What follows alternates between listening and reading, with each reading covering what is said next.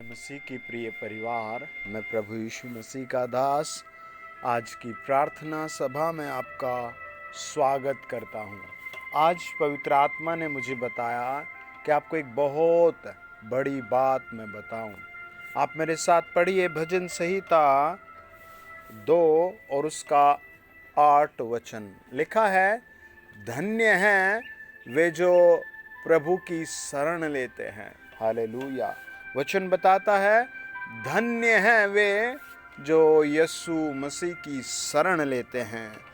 धन्य हैं वे जो पिता यहोवा पर विश्वास करते हैं। धन्य का मतलब है ब्लेस्ड है आप। हालेलुया।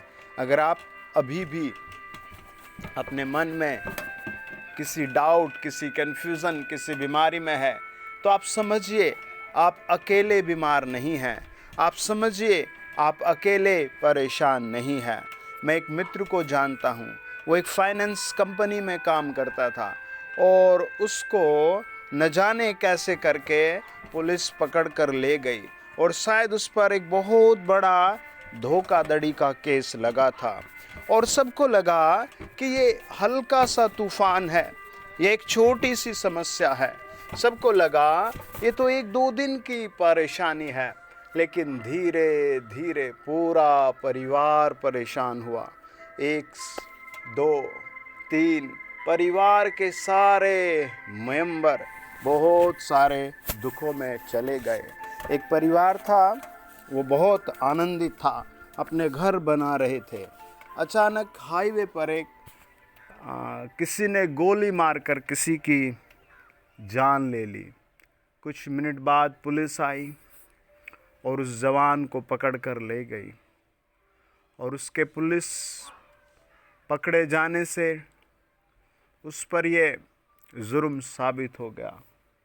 और जिस दिन वो पुलिस पकड़ कर ले गई, उसके भाई भागना पड़ा छोड़कर भाइयों को, उसकी पत्नी को घर छोड़ना पड़ा, उसके बच्चों को यहाँ तक कि स्कूल छोड़कर भागना पड़ा। माय डियर फैमिली, आप परमेश्वर की शरण में आइए। आपके प्रार्थना करने से आपकी फैमिली भी ब्लेस होगी। आपके प्रार्थना सीखने से, प्रार्थना सुनने से, प्रार्थना करने से आपकी संतानें ब्लेस होंगी। हालेलुया। ये परमेश्वर है जो आपकी सारी समस्याओं का समाधान करना चाहता है। ये जीवित परमेश्वर है जो आपके दुखों को सुख में बदलना चाहता है। ये परमेश्वर है जो आपके गिरे हुए डेरे को ऊंचा खड़ा करना चाहता है। ये परमेश्वर की इच्छा है कि आप उसकी शरण ले और आशीषित हो जाएं। ये परमेश्वर की इच्छा है कि आप उसका नाम ले और विजय प्राप्त करें। वचन बताता है, जब हम निर्गमन की पुस्तक 34 अध्याय उसका 6-7 वचन पढ़ते हैं। लिखा है, यहोवा उसके सामने होकर यह प्रचार करता हुआ चला, यहोवा यहोवा परमेश्वर दयालु और अनुग्रहकारी, कोप करने में धीरजवंत और अति करुणामय और सत्य, हजारों पीढ़ियों तक निरंतर करुणा करने वाला। हालेलुया। अगर आप विश्वास करते हैं, अगर आप फेथ करते हैं, परमेश्वर आपकी पीढ़ियों को ब्लेस करेगा। अगर आप प्रभु के चरणों में रहते हैं, परमेश्वर आपको मजबूत करेगा। आपके फाइनेंस को, आपकी जॉब को, आपके बिजनेस को, आपकी बरकतों को, आपकी सेहत को प्रभु अपने पंखों के तले ढांप लेगा। जहाँ जहाँ शैतान का हमला है, वहाँ वहाँ परमेश्वर आपको सुरक्षित करेगा। एक बहुत दिन पहले एक परिवार मारा था, जगह जगह भटक रहा था। उसको एक भाई ने तरस खाया और कुछ हेल्प भेजी और उससे कहा कि मैं बस इतना ही कर सकता हूँ और मैं आपकी बहुत थोड़ी मदद कर सकता हूँ, बस इतनी सी। अगर आपको इससे ज़्यादा चाहिए तो यीशु मसीह की शरण ले लीजिए। अगर आपको इससे बड़ी सहायता चाहिए तो जीवित परमेश्वर की शरण ले लीजिए। उन्होंने उन पैसों को उठाया, घर के सामान और दवाइयाँ लाए और फिर रो पड़े अनजान पत्र को पढ़कर। उस अनजान पत्र में जैसे उनके घाव का इलाज था, उस अनजान पत्र में जैसे उनकी बीमारियों का इलाज था, जैसे उस अनजान पत्र में उनकी सक्षम जीवन का, जिंदगी का एक रास्ता बनने का बहाना था। उन्होंने पैसे लिए और उठाए, दवाइयाँ लाए, खाना खाया, कुछ दिन शांति से गुजरे, लेकिन तूफान फिर उनका घर उड़ा ले गया। जैसे ही चेकअप हुआ तो पता लगा उसके फेफड़े खराब हो चुके हैं, उसको टीबी हो चुकी है और एक लंग्स ऑपरेशन के बिना नहीं, बिना ऑपरेशन के वो ठीक नहीं हो सकता, वो शायद निकालना पड़ेगा। उनका हृदय टूट गया, ब्लड की उल्टियाँ दिन रात आने लगी और वो सोचने लगे अब हम क्या करें। और उन्होंने वो पत्र भी बहुत दूर फेंक दिया था। वो कई लोगों के पास हेल्प के लिए गए, लेकिन कोई हेल्प नहीं मिली। हृदय टूट गया, सोचने लगे क्या करें। अचानक वो अपने घर का कुछ सामान पलट रहे थे, वो पत्र उनके हाथ में आया और वो रो पड़े। और उसमें लिखा था, मैं बस तुम्हारी इतनी सी मदद कर सकता हूँ, अगर तुम्हें इससे ज़्यादा चाहिए तो यीशु मसीह को बुलाइए हृदय में, यीशु मसीह से प्रार्थना कीजिए। और वो प्रार्थना करने लगे और वो प्रभु के घर आए। प्रभु के लोगों ने उन्हें दूर से उन्हें पकड़ कर लाए, उसके सर पर हाथ रखा और उसके लिए प्रार्थना की और उससे पूछा तुम्हारी क्या हालत है। बहन अपनी हालत बताते हुए फूट फूट कर रोने लगी, उसकी बेटी अपनी हालत बताते हुए फूट फूट कर रोने लगी। और उनके ये शब्द सुनकर पूरी कलीसिया रो पड़ी। उनके शब्द सुनकर कई हजार लोग रो पड़े और फिर सब रोते हुए उनके लिए प्रार्थना करने लगे और सब कहने लगे, प्रभु तू अनुग्रहकारी परमेश्वर है, प्रभु तू दयावंत परमेश्वर है, प्रभु तू हजार पीढ़ियों पर निरंतर करुणा करने वाला प्रभु है। और फिर सबने आमीन बोला और उनको घर जाने के लिए कहा। उस माँ को पूरी रात वो दृश्य याद आता रहा और वो सुबह सुबह कर रोती रही, ये लोग मुझे प्यार करते हैं, इतने लोग मेरे लिए रोकर दुआ कर रहे हैं। और उसका हृदय खुशी के मारे, उसकी आंखें नम थी, उसकी बेटी भी कंफ्यूज, कौन है ये लोग। और सुबह हो गई, उसके मुंह से एक दो उल्टी आई, फिर पूरा सप्ताह बीता, फिर एक और सप्ताह बीता, फिर एक और सप्ताह बीता और फिर वो डॉक्टर के पास गई। डॉक्टर ने उनकी रिपोर्ट की और कहा तुम्हें हल्का सा इन्फेक्शन है, किसी ने तुम्हारी गलत रिपोर्ट दे दी, you have no any sickness, तुम तो बीमार हो ही नहीं। और परमेश्वर ने उस बेटी को भी बहुत अच्छी जॉब दी। हालेलुया, आज आपकी बारी है। आमीन।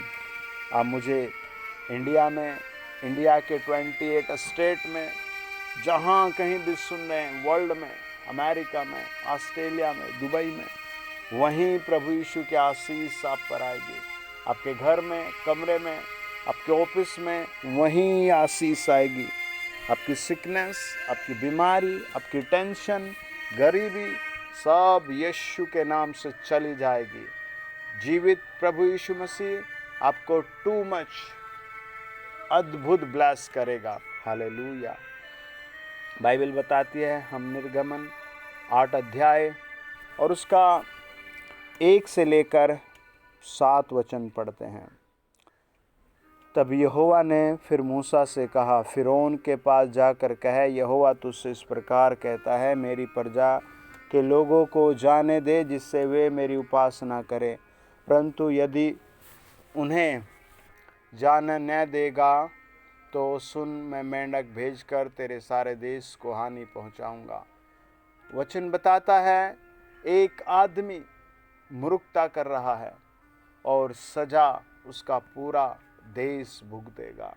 आप ये ना सोचें आपके एक गुनाह से आप श्रापित होंगे, आप परेशानियों में जाएंगे, आपकी फैमिली। और यहाँ तो वचन बताता है तेरा देश को हानि होगी, तेरे पूरे देश को हानि होगी।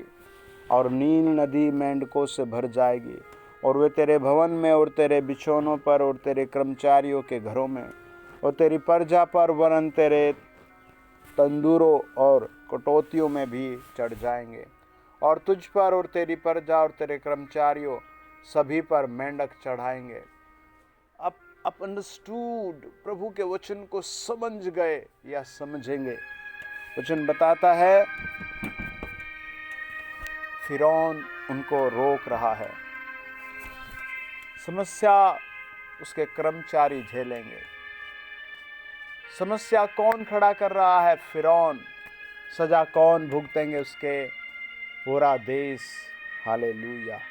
आप अकेले अगर प्रभु पर बिलीव करते हैं, हालेलुया, तो आप और आपका घराना ब्लेस होता है, आपकी फैमिली ब्लेस होती है, आपका वंश ब्लेस होता है। क्या बिलीव करते हैं? हालेलुया। क्या विश्वास करते हैं? हालेलुया। क्या विश्वास करते हैं? हालेलुया। आपको विश्वास करना होगा। आमीन। वचन बताता है उत्पत्ति 8 अध्याय और 20 से लेकर 22 वचन, तब नूह ने यहोवा के लिए एक वेदी बनाई और सब शुद्ध पशुओं और सब शुद्ध पक्षियों में से कुछ कुछ लेकर वेदी पर होम बलि चढ़ाया। हालेलुया। और वचन बताता है नूह जहाज से उतरा है। He has no more things, उसके पास कुछ ज़्यादा वस्तुएं नहीं है। He has little birds, उसके पास थोड़े से पक्षी हैं, लिटिल थोड़े से, बट प्योर। हालेलुया। पर शुद्ध है। और वो क्या करता है? वो उन सब को लेता है जो उसके पास एनिमल्स, बर्ड्स थे, वो उनको लेता है और प्रभु को भेंट चढ़ा देता है। आप भी जो भी कुछ कमाते उसका 10वां भाग प्रभु को भेज दें। अपने हृदय से कुछ ना कुछ भेंट परमानेंट प्रभु के काम के लिए भेजते जाएं। वचन बताता है इस पर यहोवा ने सुखदायक सुगंध पाकर सोचा। और प्रभु ने जब उसके हृदय की इस भेंट को देखा, प्रभु ने जब इसके काम को देखा, प्रभु हैप्पी हो गया। जीवित परमेश्वर हैप्पी हो गया। राजाओं का राजा हैप्पी हो गया। अनुग्रहकारी परमेश्वर हैप्पी हो गया। और उसको देखो पीढ़ियों की वो आशीष देता है। वचन कहता है अब से जब तक पृथ्वी बनी रहेगी तब तक बोने और काटने के समय ठंड और तपन, धूप काल और शीतकाल, दिन और रात निरंतर होते चले जाएंगे। हालेलुया। आप जिस पृथ्वी पर रह रहे हैं, आप ये मानिए नूह की पहली भेंट ने, उसकी पहली शरण लेने ने पूरी पृथ्वी के गोलार्ध पर आशीष बांध दी। हालेलुया। निश्चित समय पर दिन होगा। आपके घर में निश्चित आमदनी आएगी। आपके घर में निश्चित संतानें बढ़ती जाएंगी। आपकी लाइफ में निश्चित बरकतें बढ़ती जाएंगी। हालेलुया। और प्रभु ने ये नहीं कहा नूह ये सिर्फ तेरे लिए है। प्रभु ने कहा जब तक पृथ्वी बनी रहेगी, हालेलुया, तेरा घराना बना रहेगा। हालेलुया। तेरा परिवार बना रहेगा। हालेलुया। और ये कैसे पॉसिबल होता है? जब आप परमेश्वर की शरण लेते हैं। ये कैसे पॉसिबल होता है? जब आप जीवित परमेश्वर के सामने खुद को दे देते हैं। आमेन। God bless you. आपका बिजनेस बढ़ेगा। God bless you. आपकी संतानें बढ़ेंगी। हालेलुया। God bless you. आपका घराना एवरी डे ब्लेस होगा। हालेलुया। एवरी डे आपकी लाइफ चमक उठेगी। आमेन। बिलीव करे परमेश्वर पर, शरण ले परमेश्वर की। नूह ने थोड़ी सी भेंट प्रभु को चढ़ाई, कुछ पशु और पक्षियों की, और उसकी जिंदगी में सदा की आशीष ठहर गई। आज कई लोग सोचते हैं हमें क्या ज़रूरत शरण लेने की, सोचते हैं हमें परमेश्वर से प्रार्थना करने की क्या ज़रूरत, सोचते हैं हमें ये सब काम करने की कोई ज़रूरत नहीं, सोचते हमारे पास तो सब कुछ है, हम तो सब कुछ जानते हैं। लेकिन परमेश्वर के नज़दीक हमें जाना है, उसकी शरण लेनी है। आमेन। कॉन्ग्रेचुलेशन। प्रभु आपको ऊंचा उठा रहा है। हालेलुया। God bless you.